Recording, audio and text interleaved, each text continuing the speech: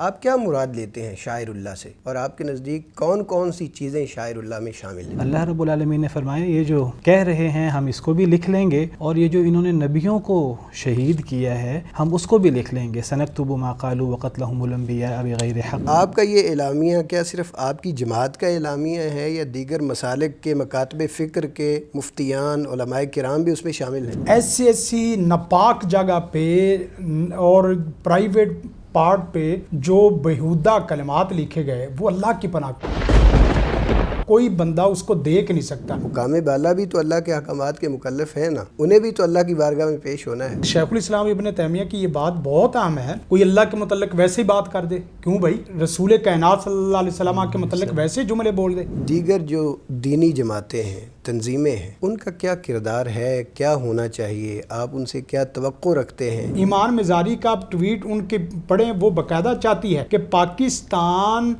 میں ہم اسلام کو ریموو کرنا چاہتے ہیں، یہ باقاعدہ اس کے ٹویٹ میں ہے۔ کیا نصیحت کرنا چاہیں گے ایک عام مسلمان کو اور خاص طور پر ہماری نوجوان نسل کو؟ اس طرح ان کے ہاں عیسائیت مذہب ختم ہو چکا ہے تقریباً، وہ چاہتے ہیں کہ مسلمانوں سے بھی اسی طرح غیرت ختم کر دیں۔ بسم اللہ الرحمن الرحیم۔ ناظرین، پاکستان ایک اسلامی ملک ہے جسے لا الہ الا اللہ کے نام پر حاصل کیا گیا، لیکن اسے بدقسمتی کہیے کہ پاکستان جیسے اسلامی ملک میں ایک منظم گروہ وقتاً فوقتاً رسول اللہ صلی اللہ علیہ وسلم، حضرات صحابہ کرام، اہل بیت اعظام رضوان اللہ علیہم اجمعین کی عزت و توقیر میں کمی کے لیے ان کی ناموس اور حرمت کی توہین کا مرتکب رہا ہے۔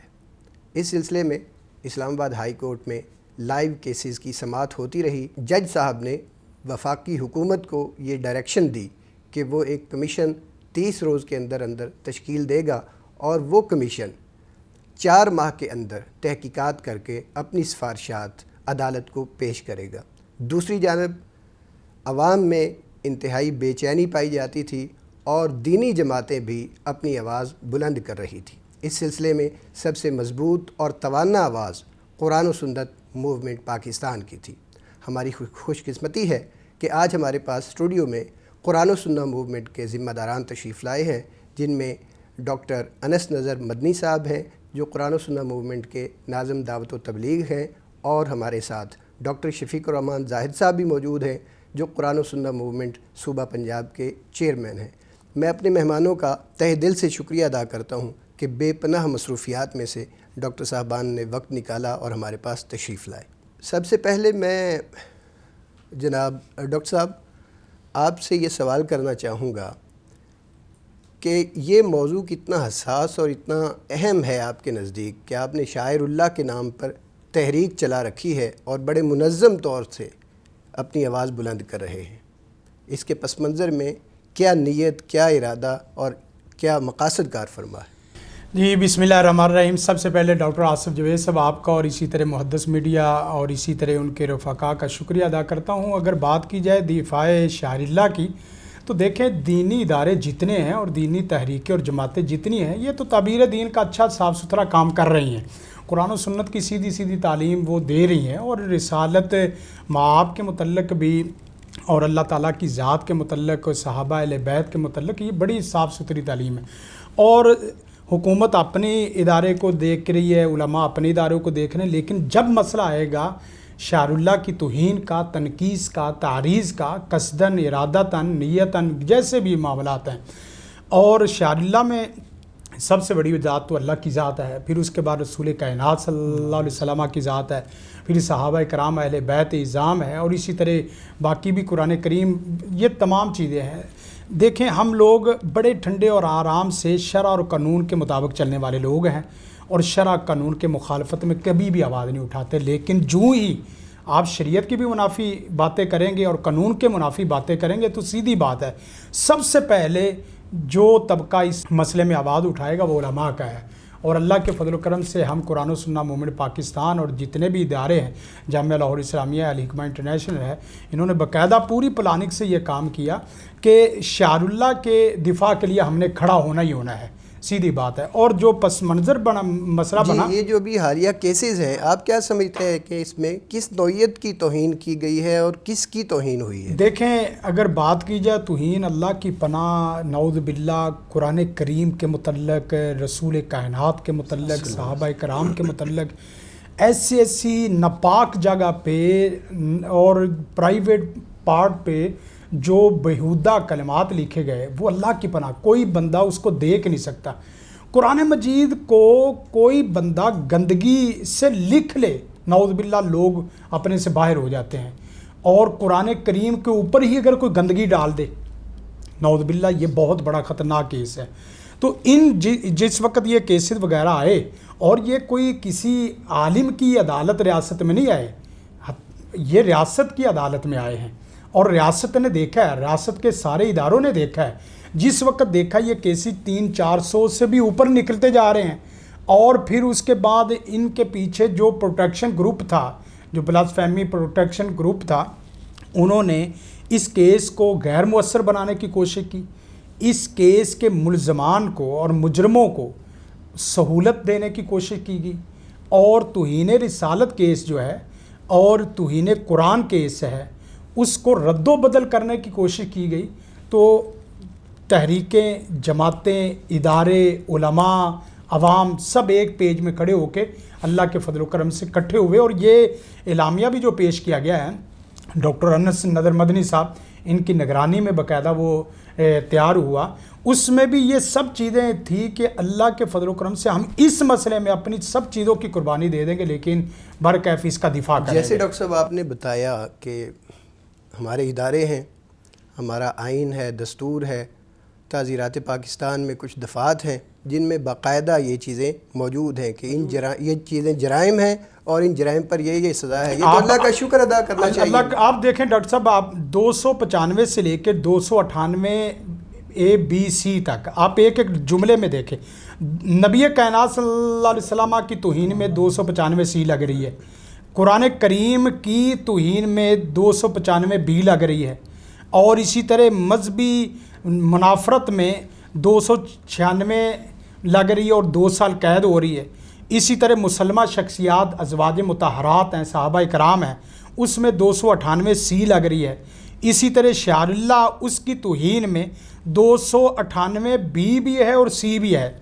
اور مذہبی لوگوں کے علماء کی مخالفت میں اور علماء کا مذاق کرنے والوں کے متعلق 298 گویا کہ ہم علماء کو اور عوام الناس کو 295ABC 296 297 اور 298ABC ان تمام شقوں کا مطالعہ کرنا چاہیے. ہمارا پورا دین ریاست پاکستان کے ان قوانین کے تحت پورا محفوظ ہو جاتا ہے, لیکن ضرورت اس امر کی ہے کہ ان شقوں کو باقاعدہ آن کیا جائے, اور جو ان سے لوگوں کو بچانے کی کوشش کرتے ہیں ان کا باقاعدہ سدباب کیا جائے. علماء سے بھی ریکویسٹ ہم نے کی تھی, اور اسی طرح حکومت پاکستان سے بھی ہم نے ریکویسٹ کی تھی, اور ہم نے شروع میں کہا تھا کہ حکومت پاکستان کو ہم اپریشیٹ کرتے ہیں, اس بات میں ان کو سلام سلوٹ پیش کرتے ہیں کہ واحد پاکستان ملک ہے, اور پاکستان کے ادارے ہیں, اور پاکستان کے ذمہ داران اور افسران بالا ہیں کہ جنہوں نے 2 قسم کے قوانین بنا کے پوری دنیا میں پاکستان کا نام روشن کر دیا ہے.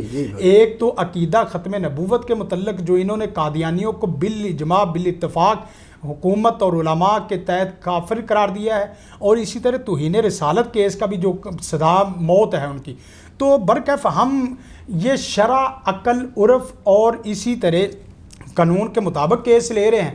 بھئی شرع بھی اس کی اجازت نہیں دیتی, عرف بھی اس کی اجازت نہیں دیتا, عقل بھی اس کو تسلیم نہیں کرتی, اور پاکستانی لا بھی اس کو تسلیم نہیں کرتا. تو لہذا کون ہے وہ لوگ جو لوگ ان کے سہولت کار بن رہے ہیں اور ان کو ننگا کیا جائے, ظاہر کیا جائے؟ کون ہیں جو 500 کے قریب ملزم اور مجرموں کو, خصوصاً وہ لوگ جن کو عدالت مجرم قرار دے چکی ہے. اور ہم نے وہاں ڈاکٹر صاحب نے باقاعدہ دیکھا ہے, ہم نے یہ مقدمہ بھی پیش کیا, ایک ہے وہ لوگ جو ملزم ہیں اور ایک وہ لوگ ہیں جو مجرم ہیں. جو ملزم ہیں جن کے اوپر ابھی الزام ہے, ابھی عدالت نے ان کو مجرم ڈکلیئر نہیں کیا, ہم ان کے متعلق بھی آواز اٹھانے والے ہیں جن کے متعلق صرف الزام ہے، ان کو آپ چھوڑیں، حکومت، علماء، وکلاء اسی طرح کمیٹی بنا کے چیک کریں۔ جی اس طرف بھی ہم باتیں ہیں۔ ڈاکٹر صاحب، آپ کے خیال میں شاعر اللہ کے دفاع اور تحفظ پر ایک بڑی تحریک ہے، بڑی توانا آواز آپ نے اٹھائی ہے، آپ کیا مراد لیتے ہیں شاعر اللہ سے، اور آپ کے نزدیک کون کون سی چیزیں شاعر اللہ میں شامل ہیں؟ دیکھیے جی، شاعر اللہ، شاعرہ کی جمع ہے جس کا مطلب ہے علامت، نشانی۔ تو شاعر اللہ یہ اللہ رب العالمین کی وہ علامتیں ہیں، اللہ رب العالمین کے حوالے سے وہ نشانیاں ہیں، دین اسلام کی وہ نشانیاں ہیں جو اسلام کا مظہر ہے، اسلام کا مظہر ہے۔ اصل میں لوگ چاہتے ہیں کہ وہ اسلام کو برا بلا کہیں، وہ اسلام کے خلاف جائیں، لوگ برا بلا نہیں کہہ سکتے، تو لوگ وہ شاعر اللہ کو برا بلا کہتے ہیں اور شاعر اللہ کی توہین کرتے ہیں، شاعر اللہ کی پامالی کرتے ہیں۔ تو اس طرح کر کے وہ اپنا معافی ضمیر ادا کرتے ہیں، اور وہ چاہتے ہیں کہ آہستہ آہستہ یہ چیز اتنی بڑھ جائے کہ لوگوں میں یہ غیرت ختم ہو جائے دین کے بارے میں۔ وہ دین کو برا نہیں کہہ سکتے، اللہ رسول کے بارے میں منفی بات نہیں کر سکتے، تو وہ پھر شاعر اللہ کے بارے میں منفی بات کرتے ہیں۔ تو ہم سمجھتے ہیں کہ شاعر اللہ کی پامالی یہ ایسے ہی ہے جیسے اللہ رب العالمین کی توہین ہو رہی ہے، جیسے نبی کریم صلی اللہ علیہ وسلم کی قرآن و سنت کی، دین اسلام کی توہین ہو رہی ہے۔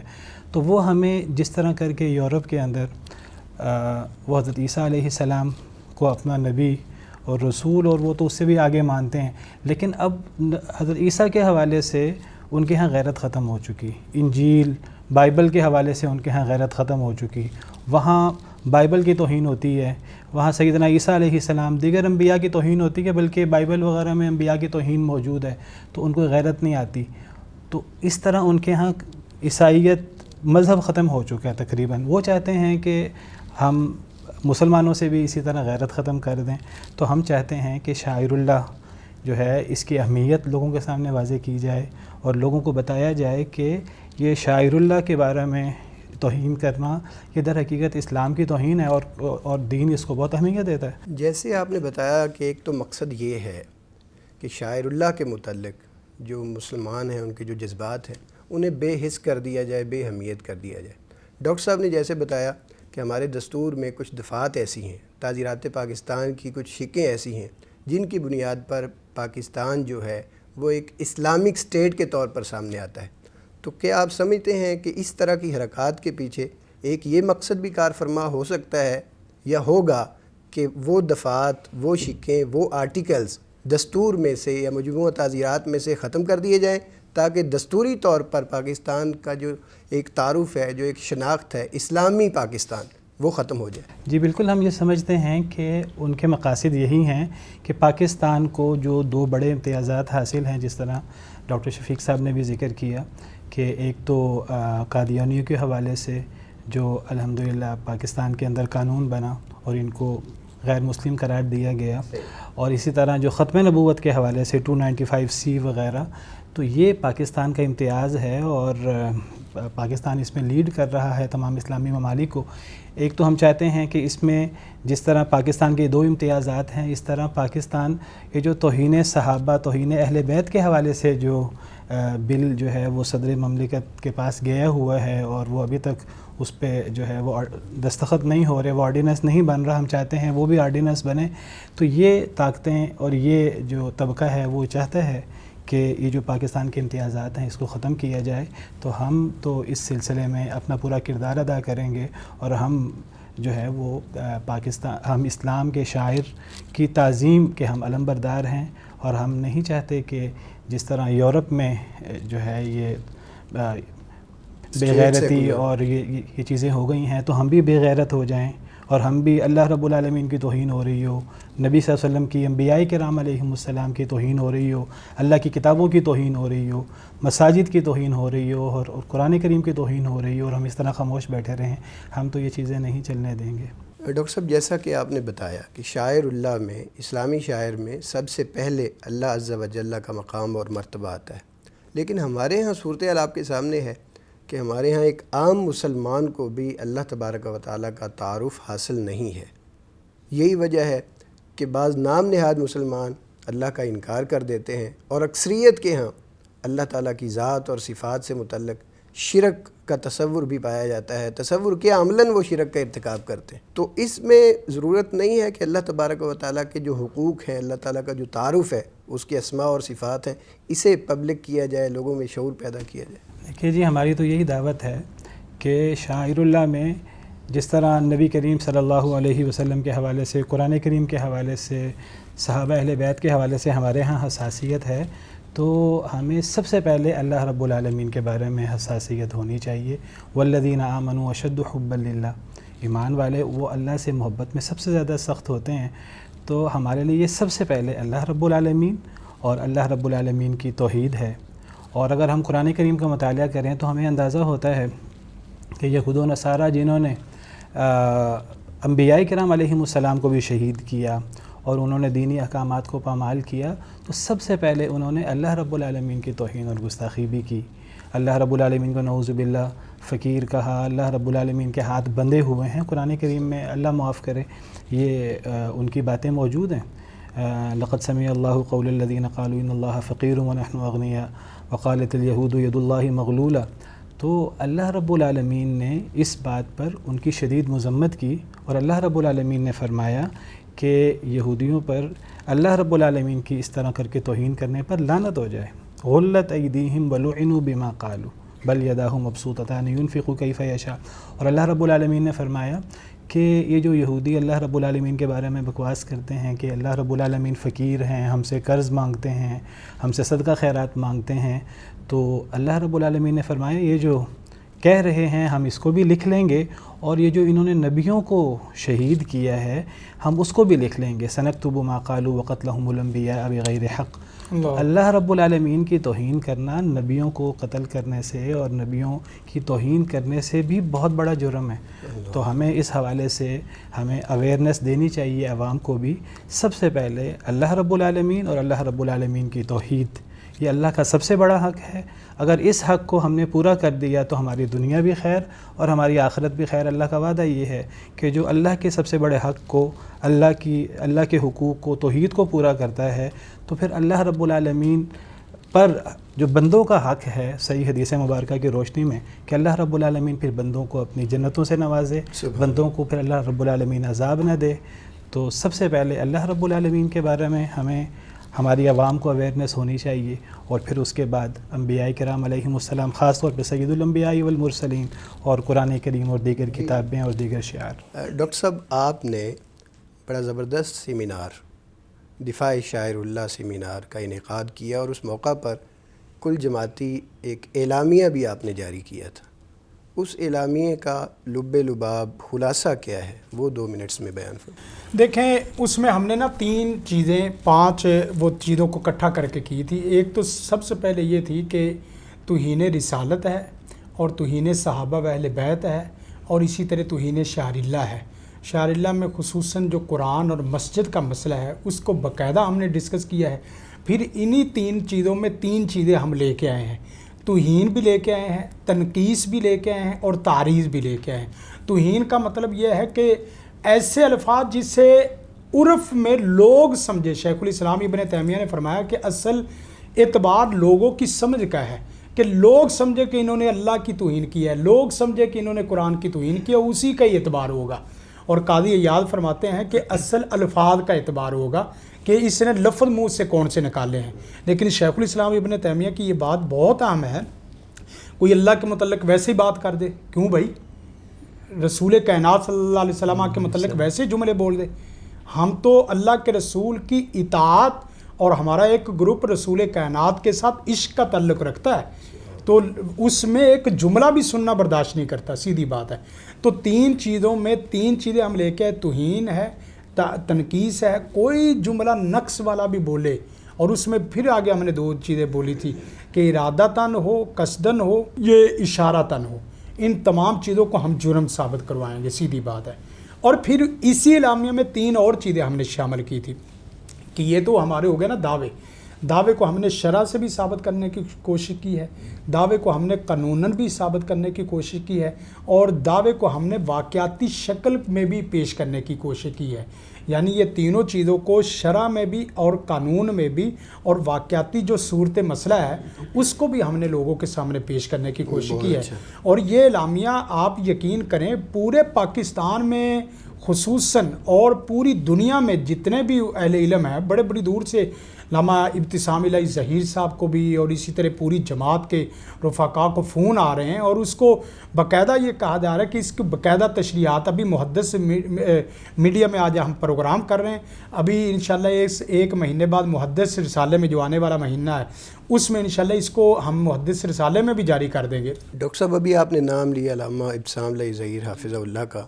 ہمارے ہاں مسئلہ یہ ہے کہ جب بھی دین کی اسلام کی کوئی بات ہوتی ہے، کوئی ایشو کھڑا ہوتا ہے اور کوئی بھی جماعت اس کے خلاف آواز اٹھاتی ہے تو ایک سیکولر طبقہ اسے ایک خاص جماعت کی طرف منسوب کر دیتا ہے اور فرقہ وارانہ تناظر میں اسے دیکھتا ہے۔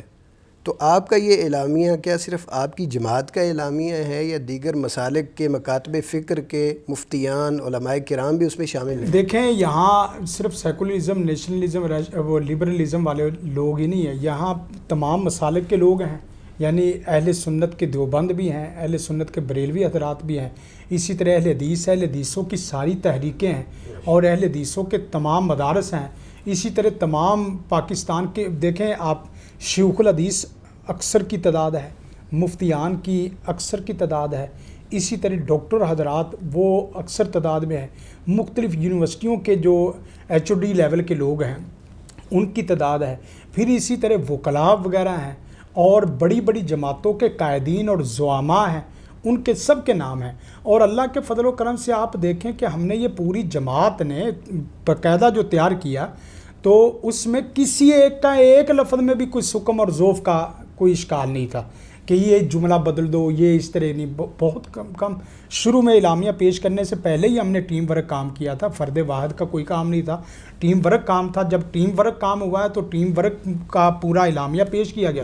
تو الحمدللہ یہ جیسے علماء کے ہمارے ہاں 22 نکات متفقہ طور پر موجود ہیں، آپ کا اعلامیہ بھی اس طرح متفقہ ہے۔ ماشاءاللہ۔ ڈاکٹر صاحب آپ کیا سمجھتے ہیں کہ آپ کے خیال میں حضرات صحابہ کرام بھی رسول اللہ صلی اللہ علیہ وسلم کے بعد اور اہل بیت اعظام بھی شاعر اللہ میں شامل ہیں، تو ان کو شاعر اللہ میں، شاعر اسلام میں شامل کرنے کی، داخل کرنے کی کیا ضرورت ہے؟ آپ نہیں سمجھتے کہ وہ بھی عام انسانوں کی طرح انسان ہیں، کوئی اللہ کی طرف سے متعین تو نہیں ہے جیسے پیغمبر متعین ہوتے ہیں، معصوم ہوتے ہیں اور باقی چیزیں؟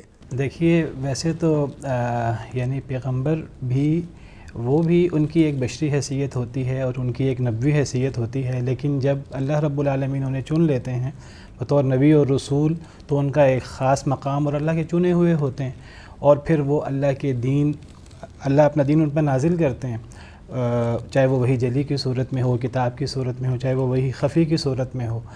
تو وہ جب دین انبیاء کرام علیہم السلام کے ذریعے پھر آگے پوری امت تک پہنچتا ہے، اب امت تک جو پہنچانے والے لوگ ہیں ان کی بھی بہت اہمیت ہو جاتی ہے، کیونکہ اب ہم تک جو قرآن کریم اور احادیث مبارکہ پہنچیں تو وہ ہم تک حضرات صحابہ کرام و اہل بیت اعظام علیہ رضی اللہ عنہم وارضاہم کے ذریعے ہم تک پہنچیں۔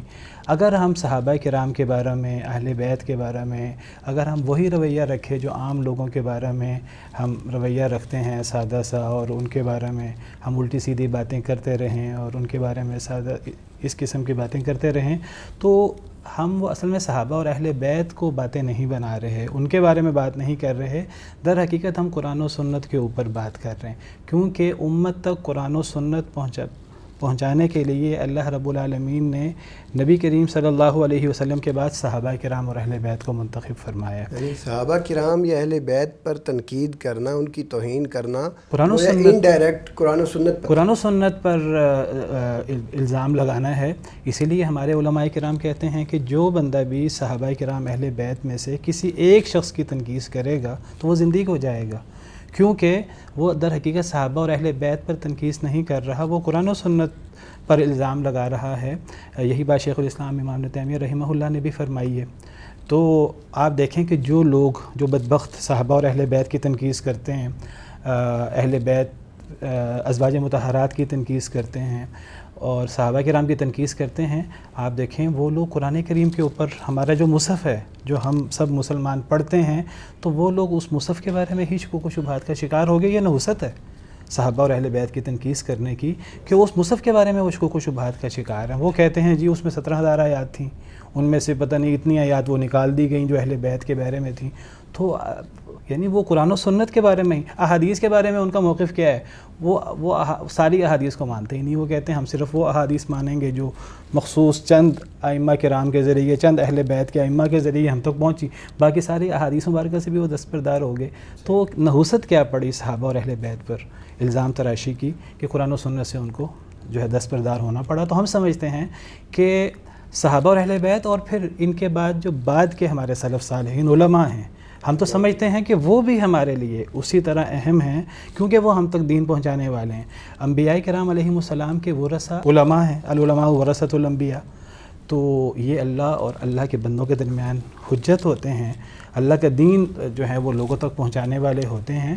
تو صحابہ اہل بیت پر بات کرنا اور اس کے بعد علماء پر بات کرنا، علماء ربانی. دیکھیں میں ڈاکٹر صاحب ساتھ ہی ڈاکٹر صاحب کی بات کو نا دیکھیں، روایت دین میں بھی وہ حجت ہیں، منہج میں بھی وہ حجت ہیں، فکر میں بھی وہ حجت ہیں، عمل میں بھی وہ حجت ہیں، اس لیے کہ وہ قرآن کریم کے الفاظ ان کے لیے سند ہیں.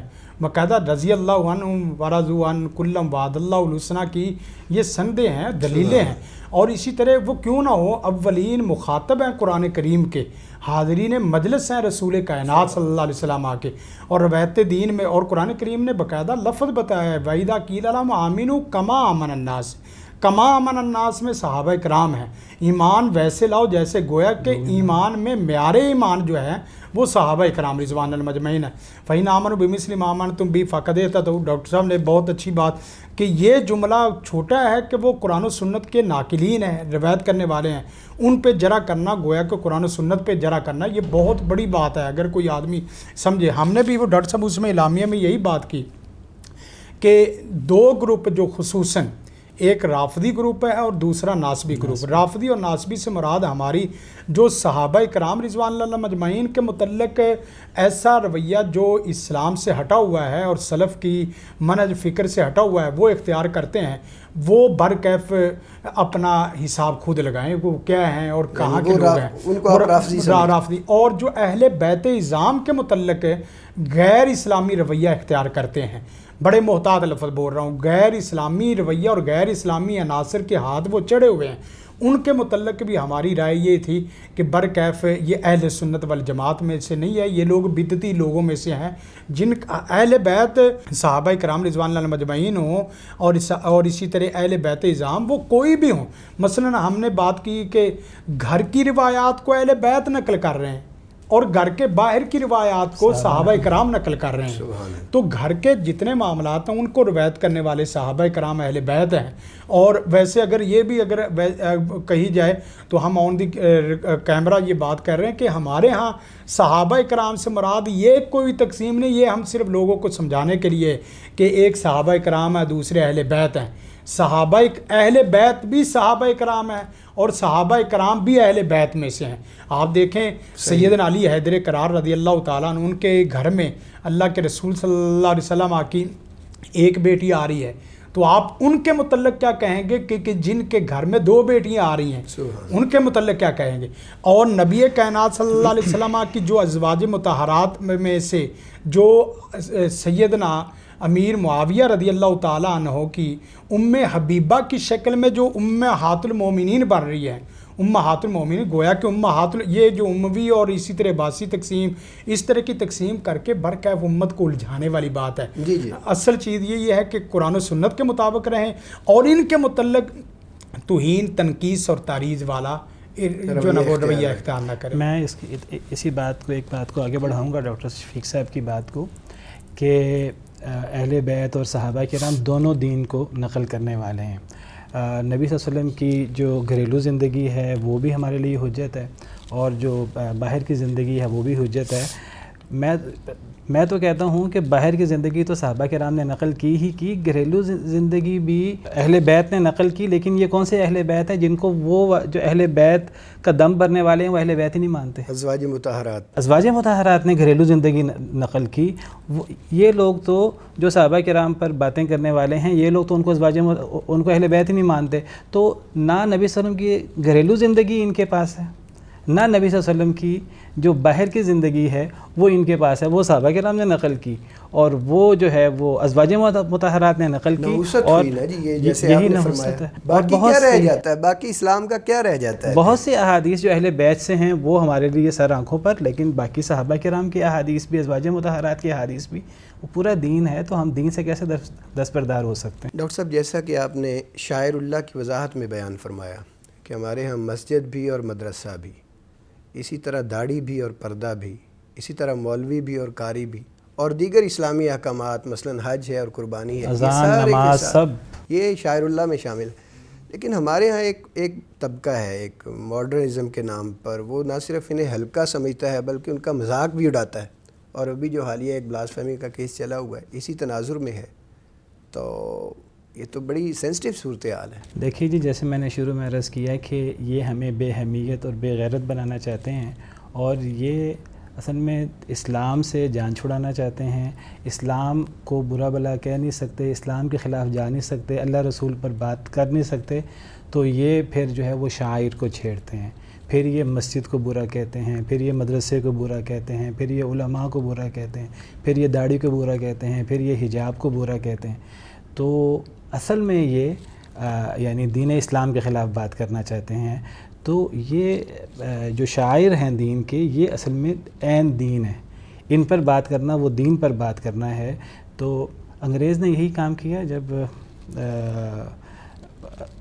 بر صغیر میں جب مسلمان مضبوط تھے اور ہمارا جو ایک پورا سسٹم تھا، کوئی مولوی مسٹر کی کوئی تقسیم نہیں تھی. تو جب انگریز آئے اور انہوں نے ہمیں کمزور کرنا چاہا تو انہوں نے کیا کیا؟ انہوں نے علماء کو، مولوی کو انہوں نے گالی بنا دی ہے.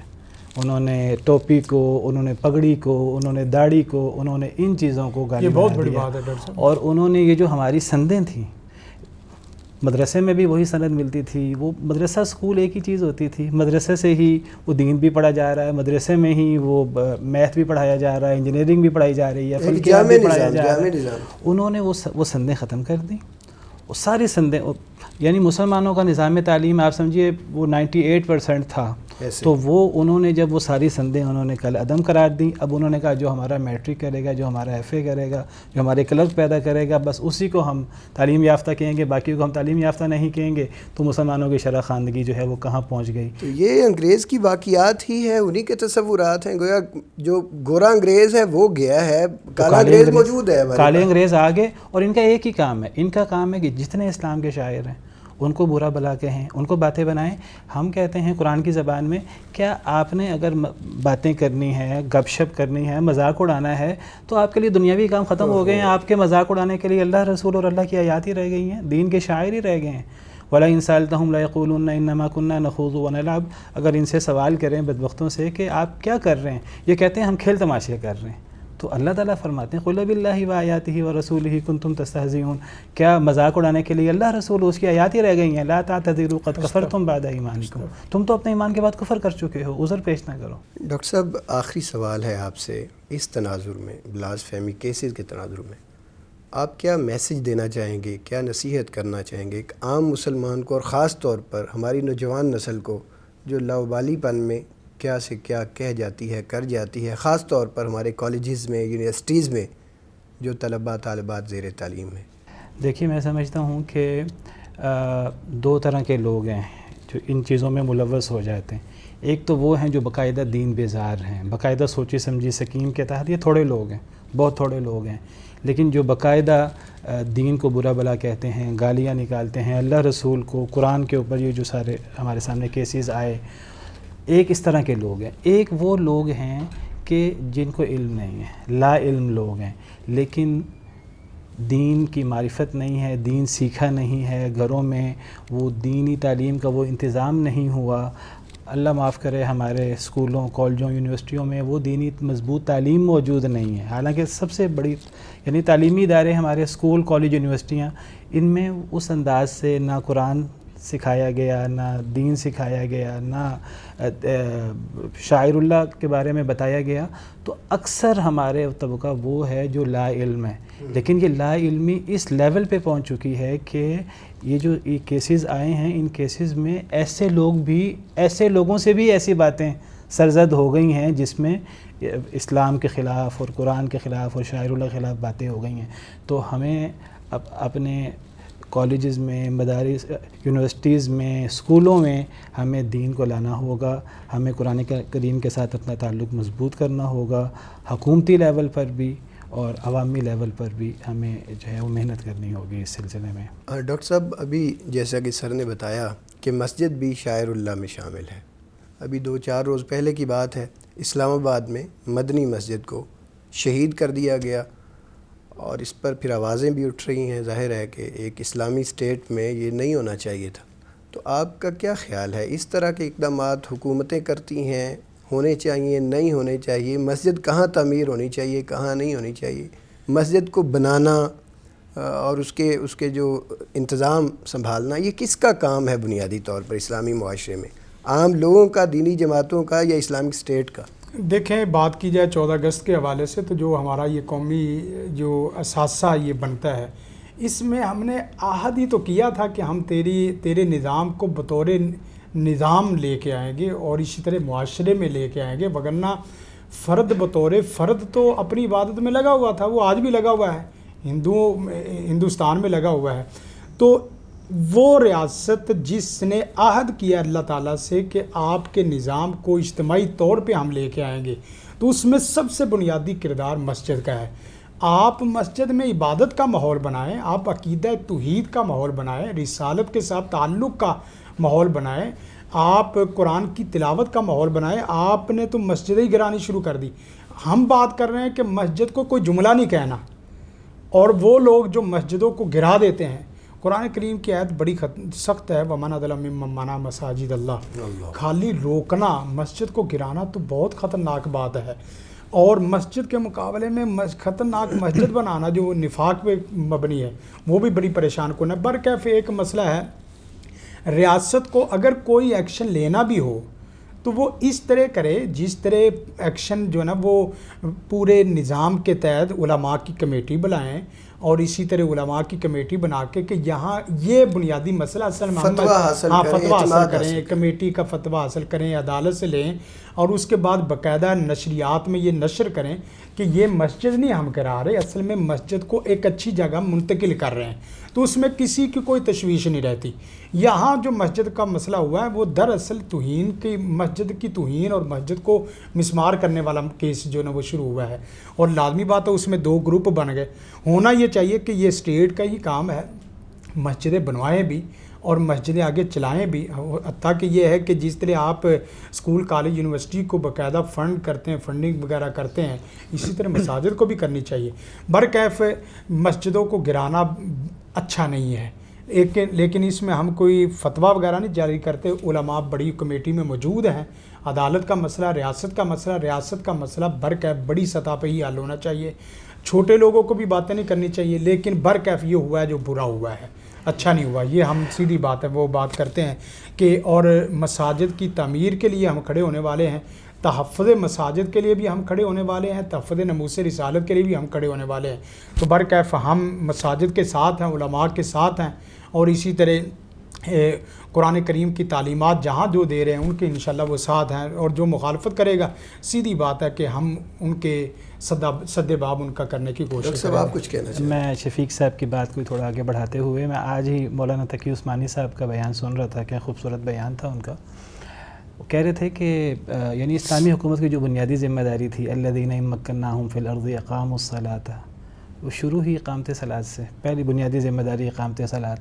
تو ہماری حکومتیں اچھا ذہن رکھتی ہیں اور اچھے دعوے کرتی ہیں وہ, لیکن وہ کہہ رہے تھے کہ دیکھا جائے کہ آج تک حکومت نے کوئی مسجد باقاعدہ بنائی ہے.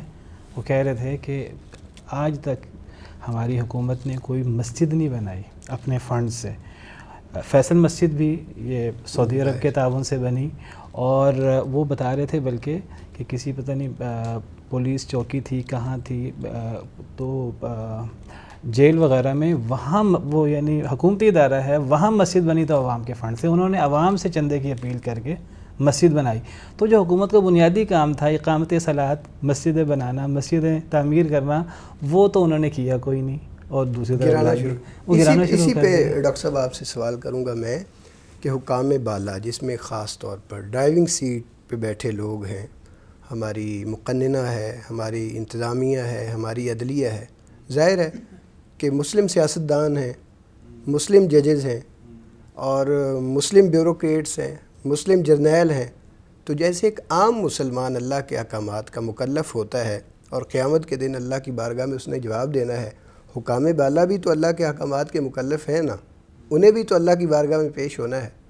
اس تناظر میں آپ کیا نصیحت کریں گے یا کیا تنبیہ کریں گے جو ذمہ داران ہیں شاعر اللہ کے تناظر میں؟ دیکھیے, ہمیں کتاب و سنت سے جڑنا ہے, اپنے دین کے ساتھ جڑنا ہے, انفرادی طور پر بھی اور اجتماعی طور پر بھی. یہ جو تفریق ہے پرائیویٹ زندگی پبلک زندگی کی, سیکولرزم کی, ہم اس بنیاد کے ہی ہم خلاف ہیں. ہم کہتے ہیں ہمارا دین وہ انفرادی, وہ گھر میں بھی نافذ ہوتا ہے, مسجد میں بھی اللہ کے احکامات پر عمل کرنا, اللہ رسول کے احکامات پر, شادیوں میں بھی, کالجز میں بھی, آفیسز میں بھی, اور پارلیمنٹ میں بھی. تو جس طرح عوام دین کے ساتھ شوق رکھتے ہیں, مسجد کے ساتھ تعلق رکھتے ہیں, قرآن کریم کے ساتھ, نبی صلی اللہ علیہ وسلم کے ساتھ, یہی صورتحال ہماری حکومتوں کی ہونی چاہیے. اور حکومتیں چاہتی بھی ہیں, لیکن وہ اس انداز سے ہمارے ہاں جیسے میں نے ذکر کیا یونیورسٹیز میں, کالجز میں, اسکولوں میں یہ دینی تعلیم کا سلسلہ رہ ہی نہیں گیا بدقسمتی سے. یہ وجہ ہے کہ جو لوگ ان جگہوں سے ہو کر مناصب پر آتے ہیں تو ہمیں لگتا ہے جیسے وہ باقاعدہ اسلام کے خلاف ہی ساری معاملات کر رہے ہیں. تو یہ دین سے دوری ہے, یہ قرآن کریم سے دوری ہے. ہمیں قرآن کریم سے قریب ہونا پڑے گا, اور ہمیں دین سیکھنا ہوگا انفرادی طور پر بھی, اجتماعی طور پر بھی, اور ہمیں قرآن کے ساتھ تمسک کرنا ہوگا. ڈاکٹر صاحب آپ سے آخری سوال ہے, جو تحریک آپ نے شروع کی ہے دفاع شاعر اللہ کی اور اسی طرح تحفظ شاعر اللہ کی, دیگر جو دینی جماعتیں ہیں, تنظیمیں ہیں, ان کا کیا کردار ہے, کیا ہونا چاہیے, آپ ان سے کیا توقع رکھتے ہیں, کیا اپیل کرتے ہیں, آپ کا آئندہ کا لائحہ عمل کیا ہے؟ دیکھیں ڈاکٹر صاحب, اگر تو بات کی جائے قرآن و سنت موومنٹ پاکستان کی اور قائد محترم قائد ملت سلفی علامہ ابتسام الہی ظہیر صاحب کی, وہ اس میں ہر اعتبار سے اپنی توانائییں, انرجییں, صلاحیتیں, اہلیتیں پوری جماعت کی وہ صرف کر رہے ہیں. ہمارا مطالبہ یہ ہے کہ سب سے پہلے تعلیمات شرع جتنی ہے, شرعی تعلیمات ہیں, ان کا تحفظ صحیح ریاستی اداروں کے تحت ہونا چاہیے, اور اس کو ریاست باقاعدہ ذمہ داری لے کے اس کا تحفظ کرے. اور دوسری بات یہ ہے کہ شعار اللہ کے تشخص کو بحال کرنے کی کوشش کرے. شعار اللہ جیسا کہ ڈاکٹر صاحب نے شروع میں کہا کہ یہ علامات ہیں اور دین کے یہ مظہر ہیں, اگر یہ علامتیں اور نشانیاں ہی خراب ہو گئی تو دین کا تشخص خراب ہو جائے گا. اور تیسری بات یہ ہے کہ ہم جماعتوں کو چاہتے ہیں کہ شعار اللہ کی جو تہذیب کا مسئلہ ہے, شعار اللہ کے جانے سے اسلامی تہذیب کا خاتمہ ہوتا ہے, تو اسلامی تہذیب سرے سے بالکل رہتی نہیں ہے. مسجد بتاتی ہے کہ یہ مسلمان ملک ہے, داڑھی بتاتی ہے کہ یہ مسلمان ہے, حتیٰ کہ اذان بتاتی ہے. آپ اندازہ کریں کہ لوگ پہلے جو میتیں ملتی تھی اور میتوں کا پتہ نہیں ہوتا تھا کہ یہ مسلم ہے یا ہندو ہے, لوگ اس کی شناخت سے اس کا جنازہ پڑھتے تھے اور لوگ اس کی شناخت سے اس کو جلایا کرتے تھے. یعنی اس انسان کی شناخت بتاتی ہے کہ یہ بندہ دیندار ہے. تو میں نے بات کی کہ جماعتوں سے ہم مطالبہ کرتے ہیں کہ پہلی بات تو ان چیزوں کو میں نے 3 بیان دیے, 3 چیزوں. چوتھی بات یہ ہے کہ آپ متفقہ اعلامیہ بیانیہ میں اکٹھے ہو جائیں, اشتراک دکھائیں. یہ نہ ہو کہ توہین رسالت کیس میں, توہین مسجد کیس میں آپ ہی 4 گروپوں کا شکار ہو جائیں. یعنی یہ کسی ایک جماعت کا مسئلہ نہیں ہے, یہ اسلام کا مسئلہ ہے. تو اس میں ایک تو کام یہ بھی، اور پھر اسی طرح ساتھ جس طرح دیکھیں آپ کو ایکٹ اجازت دیتا ہے، آپ کو پاکستانی قانون اجازت دیتا ہے، جہاں آپ شرع کی بات کرتے ہیں وہاں آپ اپنے اہل علماء کو، وکلاء کو کھڑا کر کے عدالتوں میں جا کے ان کو بتائیں کہ یہ ایکٹ ہے پاکستان کا، اور اسی طرح یہ قرارداد پاکستان میں یہ چیز ہے، یہ 1973 کے عین میں یہ چیز موجود ہے۔ تو ہمیں تو ہمارا قانون باقاعدہ یہ دعوت دیتا ہے کہ آپ ان لوگوں کو قانون کے تحت پکڑیں، ہمیں اپنے جو نا وہ ہاتھ میں یہ قانون نہیں لینا چاہیے۔ اب جس وقت ہماری جماعتیں ان قوانین کے تحت قوانین ان لوگوں کی پیروی کریں گے تو اللہ کے فضل و کرم سے یہاں نہ کوئی بھینسا پیج رہے گا، نہ ہی کوئی موچی پیج رہے گا، نہ وکاس گرائیا رہے گا، نہ ایمان مزاری جیسی چیزیں رہیں گی، اور نہ ہی میں نے ان کو باقاعدہ اوپن سوسائٹی فاؤنڈیشن باقاعدہ ان کو باہر کی جو تحریکیں ہیں ان کو فنڈنگ کرتی ہیں وہ نہیں رہے گی، ورلڈ ایکسپریشن فورم وہ نہیں رہے گا، اسی طرح LGBT یہ ایک پوری تحریک ہے، ہیومن رائٹس کی جو رائٹس وغیرہ کی یہ تحریکیں ہیں۔